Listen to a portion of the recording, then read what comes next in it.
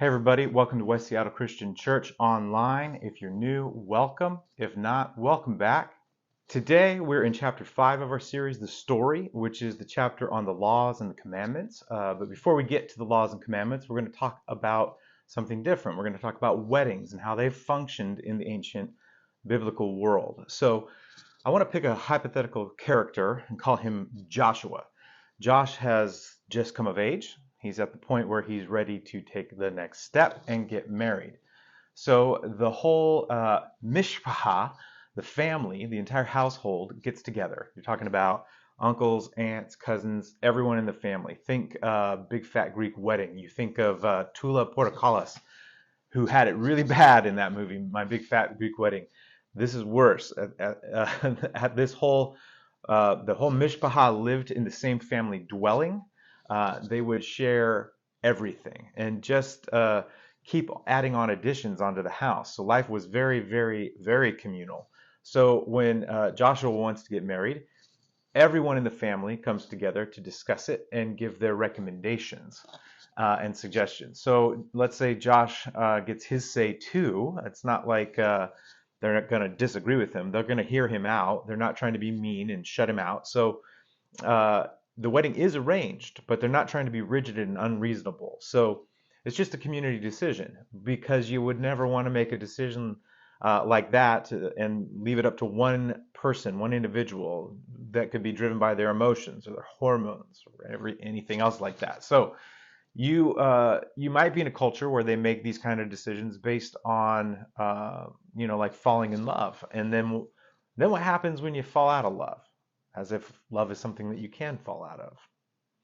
It just raises all kinds of issues. So the community works together to make this really important decision together. So let's say they finally agree that Miriam would make a great match for Josh. So he and his dad pick up all their stuff. They trek over to Miriam's village, which could be miles away. And when they get there, Josh's father goes up to Miriam's father and says, "Hey, we've heard that Miriam has recently come of age and that Josh has too. We think they would make a great union if they were married. What do you think?" And usually these things were somewhat prearranged, like the dads had already been talking, so it wasn't like a total surprise. So Miriam's family would then do the same thing that Josh's family did, go and talk, and then come back and give their answer. And they say they think this is a great idea. And so Joshua's dad grabs his pack. He takes this little cup, this little wooden cup out. He pours some wine in the cup and he hands it to Josh. Josh then hands the cup to Rebecca and he says, This is the cup of a new covenant that I make with you today. I will not drink of this cup again until I drink with you in my Father's house." And I'm hoping you see the significance of this phrase. In Matthew 26, verse 27, Jesus is with his disciples during their Passover meal together, and the passage says this: "He took a cup of wine, and when he had given thanks, he gave it to them, saying, 'Drink of it, all of you, for this is my blood of the covenant, which is poured out for many for the forgiveness of sins. I tell you, I will not drink again of this fruit of the vine until the day when I drink it anew with you in my Father's kingdom.'" Seriously, what is Jesus doing here? This is a phrase all of his followers would have associated with a groom making a solemn vow to his future wife. So if she pushes the cup away and doesn't drink, she's basically saying no. But if she takes the cup and drinks from it, she says yes. Except there isn't a single historical record of a woman saying no to a marriage proposal, mainly because it would have been like spitting in the face of her entire mishpacha, her family. So theoretically, she could reject the cup, but there's no record of this. So after she accepts, they have this little mini party, and then Josh and his dad, they head back home, and what happens next is really important. Josh now has a job to do. He's got to build an extension, a room or rooms onto his father's house. It could be off to the side or it could be up above, wherever it is. The point is that he's going to go prepare a place for his bride because she's coming home to live with him. He may even say this to her before he leaves after the mini party, like, "I'm going home to do this," which is interesting, right? Because in John 14, when Jesus is on the scene in the New Testament, he says this: "In my Father's house are many rooms. If it were not so, would I have told you that I go to prepare a place for you? And if I go and prepare a place for you, I'll come again and I'll take you to myself, that where I am, you may be also." Now the father is the one who decides when this will happen in our little hypothetical scenario, and he is the one who gives final approval that the addition is satisfactory and complete. So he might be hard on the son. He might nitpick or make him start over a few times. He's not going to allow any shortcuts, or he may actually lend a hand and help his son actually build it. Well, finally, one day, the father's going to come up to the son. He's going to say, I think it's time for you to get married. I think you're finished with the add-on. And it's at this point that the entire family has to pack everything up, go get ready at Miriam's, and to go to Miriam's village for the wedding. And meanwhile, Miriam and her family could be surprised by the arrival of Joshua and his family at any time. The process of building the add-on could take weeks, it could take months, or years. Whenever the groom arrives, Miriam's job is to be ready at a moment's notice. She doesn't know when he's going to show up. And there are all kinds of parallels here again. I mean, Jesus says in the New Testament in Matthew 24 and in Mark 13, I don't know the time of my return. Only the Father in heaven knows that. So it doesn't matter when, the lookout will be watching. And when he sees Joshua's family on the horizon, word's going to spread like wildfire that around Miriam's village, that she needs to get ready. People are going to drop everything they're doing and get ready. So everything comes to a screeching halt. Everybody runs off to get ready for the ceremony. Miriam is whisked away to do this ritual bathing process and participate in what's called consecration. And then the ceremony can begin. So to mark the beginning of the ceremony, someone in the family is going to blow a ram's horn, a shofar. The couple will gather under what's called the huppah, which is a canopy that is kind of like a mini tabernacle. It symbolizes the presence of God. And so as a couple, they stand in the presence of God under the huppah while they exchange vows to establish a covenant for their life together. And the vows are called a ketuvah, the marriage covenant, which has always been written by the groom. The ketuvah would have had a list of maybe 7 to 12 things on it that the groom wants the marriage relationship to be defined by. And so here are some things that are true. He's kind of basically saying, here's some things that are true of me that I hope to be true about me, and here's some things that I hope to be true of you, or I see are true of you, and this is our marriage covenant. And when the ceremony ends, the fathers have already come to an agreement on what the bride price will be in this ancient biblical culture. And the bride price is exchanged in the form of wedding gifts, usually goats or sheep or some other form of inheritance. And then immediately after the wedding, the bride and the groom need to consummate the marriage. That's right. There's no diving off into the sunset, anywhere, going to a fancy resort or whatever, because none of that existed back then. So there is a special room, specially set aside for this to happen right after the wedding ceremony. Everybody knows where they're going. And afterward, the entire wedding party will throw this absolutely massive celebration, just an epic party, sometimes lasting for a week.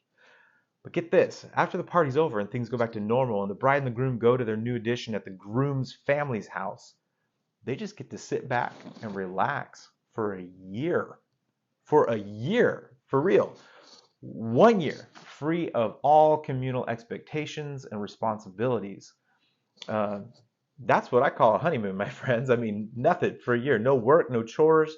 And the point of this is not just rest, but it's supposed to be a calm space of time where all they do is get to know each other for a year. And that's good. And it's important because remember, they probably didn't even know each other that well. There's even a good chance they didn't even know each other at all. If you're the bride, he just showed up one day. He fills his cup with wine, says, you're the one. You say yes, he leaves, he comes back, wedding, consummation, party. Hello, that's it. So you have the whole next year to get to know each other. The Jews will say that you use that year to learn how to love your spouse, because you don't just fall in love. It's not based on fleeting emotions. It's not based on romance, because remember, the family came around to you to make a decision, and you're in community. You are not an island unto yourself. Now, what is the point of all this preface talk about marriages? Well, we just talked about the Exodus last week, and now we are with Moses and the Israelites at Mount Sinai, and God is doing something different with these people. And what I want you to see is that what happens here with the giving of the law and the Ten Commandments is very much like a marriage with wedding vows, and God referring to Israel multiple times as his bride. along with the elements I just described to you from an ancient Jewish wedding. So remember, God made a promise to Abram generations ago. And when that story began, God said to Abram at the beginning, Abram, I need you to leave your father's mishpachah and come to a land that I will show you. That's the exact same formula we see when a son leaves his father's household to find a wife. So God's words to Abram are like the proposal a groom and his father would give to the bride and her family. And so by the time we get to Exodus and the law, the Ten Commandments, and even into Leviticus, you start to realize that what's happening at Mount Sinai, it looks like a marriage covenant. And through that lens, we can see how the story of Abraham, Isaac, and Jacob, and now with the entire nation of Israel, we see it's an engagement story. God leaves for about 430 years, and while he's gone, he goes to prepare a place for them. Just like when Joshua left to prepare a place for Miriam in our example. And then God comes back, and multiple times in the Torah it says, I've come to take you as my treasured possession. It's like in Exodus 19:5, Deuteronomy 7 and 14. Exodus 19 verse 3 says, then Moses went up to God, and the Lord called to him from the mountain and said, this is what you're to say to the descendants of Jacob, and what you're to tell the people of Israel. You yourselves have seen what I did to Egypt, and how I carried you on eagle's wings and brought you to myself. Now, if you obey me fully and keep my covenant, then out of all nations you will be my treasured possession. Although the whole earth is mine, you will be for me a kingdom of priests and a holy nation. These are the words you are to speak to the Israelites. So that word, the word treasured possession, that's marriage talk. That's what the groom calls the bride on the day of the marriage ceremony. And don't get caught up on the possession thing. That's an ancient patriarchal deal. What you should get hung up on is the treasured part. Well, then in Exodus 19:10, Moses goes up on Mount Sinai, and one of God's first words to Moses is, go down and consecrate the Israelites. If you're reading along in our storybook, that's on page 60. But wait a minute, you have this consecration part of the wedding. So Moses goes down and he tells them what to do, and they consecrate themselves in verses 10 through 13. And then the text even tells us this is where the people of Israel hear a particular sound that starts the ceremony. And it's the blast from the shofar, the ram's horn trumpet.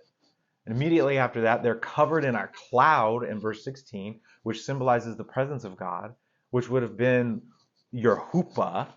And then finally, in Exodus 32, Moses comes down the mountain with 2 tablets that have some things written on them. What are those tablets? Well, it's the ketuvah. It's the marriage covenant. So let's take a look at that for a second.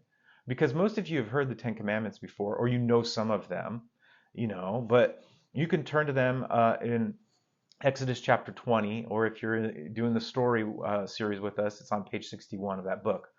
But I want you to hear the Ten Commandments not as a list of rules, but as a marriage covenant.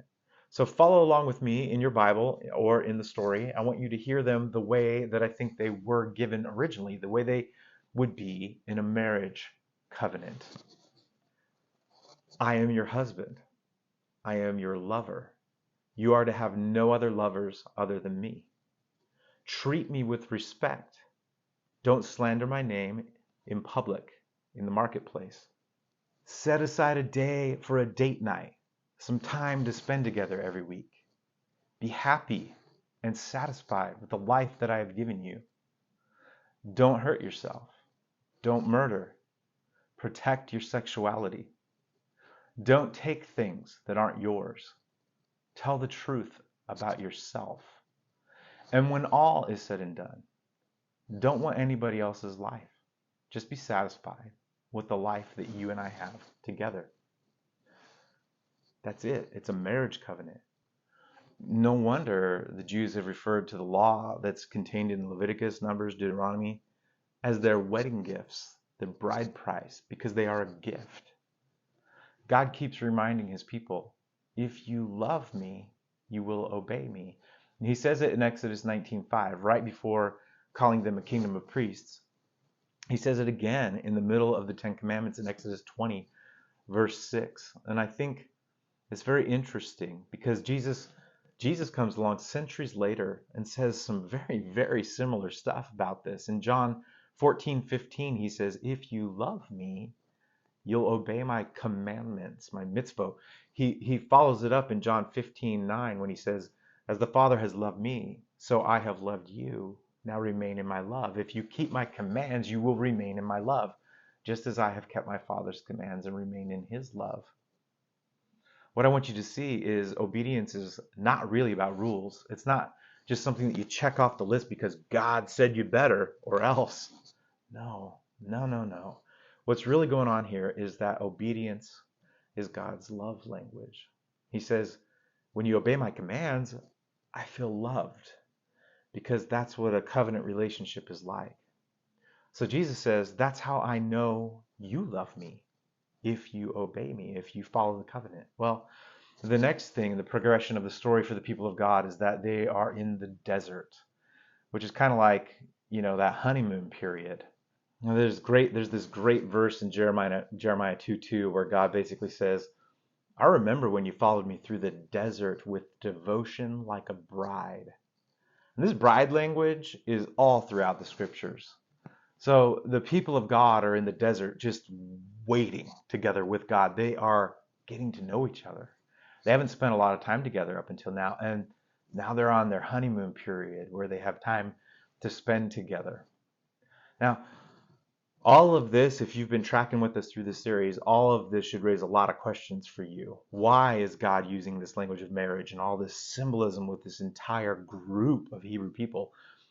What's the thing behind the thing? Is this really about something deeper? And the answer is, of course, yeah, it is. Remember, this whole story of God creating a people who would put him on display started way back with Abram. And ever since then, he's been looking for a partner who's going to be on mission with him, putting the world back together. So right before he gives the ketuvah, the marriage vows, the 10 commandments, he says to his people in Exodus 19, now if you obey me fully and keep my covenant, in other words, if you'll enter into marriage with me, then out of all nations you will be my treasured possession. You're going to be like my wife. And here's why I'm looking for a spouse. Here's why I'm looking for a wife. It then says, although the whole earth is mine, you will be for me a kingdom of priests and a holy nation. Now, this idea of being a kingdom of priests is not vague or nebulous. God spells out the duties of the priests for this nation in Leviticus, which I'm sure you've all read Leviticus, right? Probably not. And the last part of that book is all about how you're going to be a priest, because you're not going to eat pork. You're not going to sow types of seed in the field. You're not going to wear clothes that are even made out of 2 different types of fabric. But the point of all that is he wants his people to fulfill this role, not just the priests, not just Jesus, not just pastors or ministers. He wants everyone who follows God to be putting God on display. Well, here's a picture of how Leviticus says a priest should look. It's this picture of what a depiction of what an Old Testament priest should look like. Look at this guy. He's literally like he's got blinged out. He looks like he's got fruitcake on his chest. God gave this rule in the middle of the desert for a priest to look different. Priests look different. You know what the word for different is? It's set apart. The word in Hebrew is kadosh. Kadosh means holy. That's what holy means, to be different, to be set apart. In the Sermon on the Mount in Matthew 5, verse 48, Jesus quotes the book of Leviticus when he says, be perfect, therefore, as your heavenly Father is perfect. And probably if you look that verse up, your version of the Bible would say that word perfect.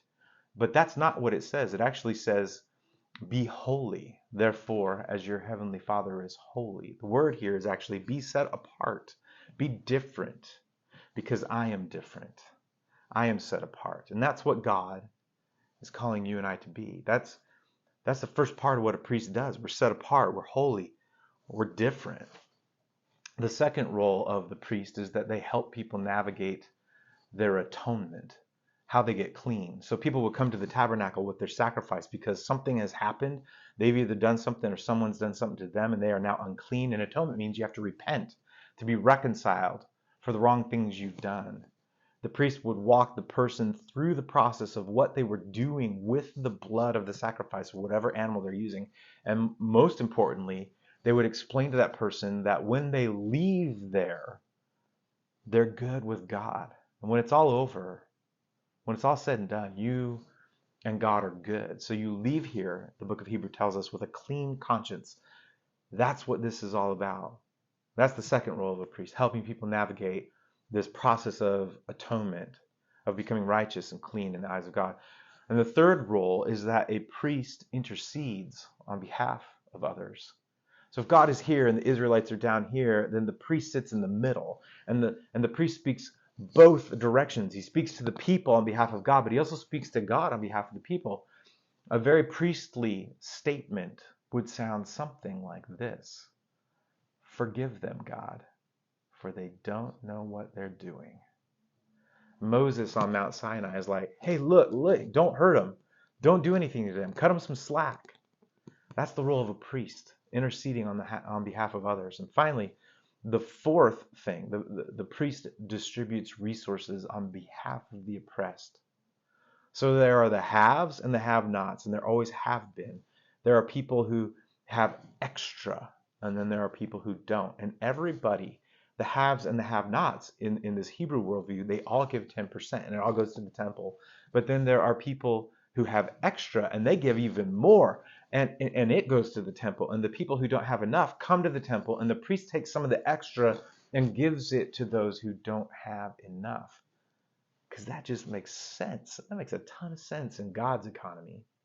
That we would take the extra and we would constantly be trying to get things back to their Genesis 1 reality where everyone has enough.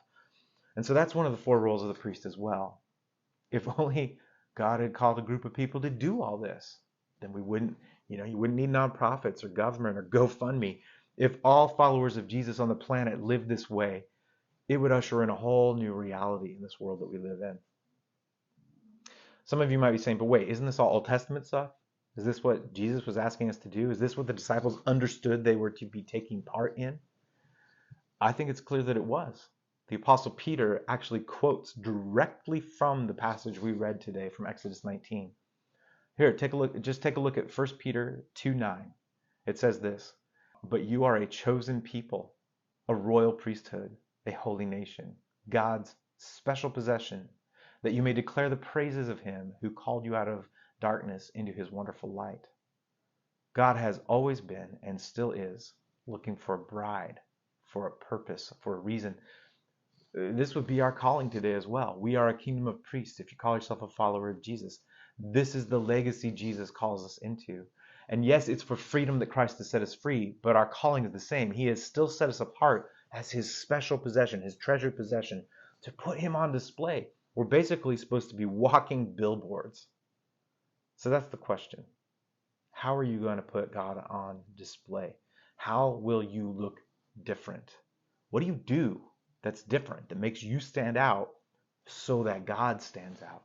Do you tell people they're evil or shun them, or do you help them navigate their atonement? Do you separate yourself from those who are not like you, or do you intercede on the behalf of everyone you know and meet? Do you stand in the gap and pray and plead and live out that anybody can come to the table and take some bread and some juice? Do you only look to your own interests? Do you have the mentality of scarcity instead of a mentality of provision? Because I'll tell you truthfully, we serve a God who provides.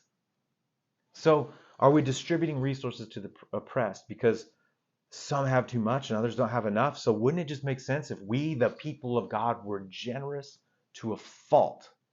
Unbelievably generous. God is putting the world back together. God is looking for partners. Are you interested? I'm Worth Wheeler for West Seattle Christian Online. Stay rooted and deep in Jesus and produce good fruit, my friends.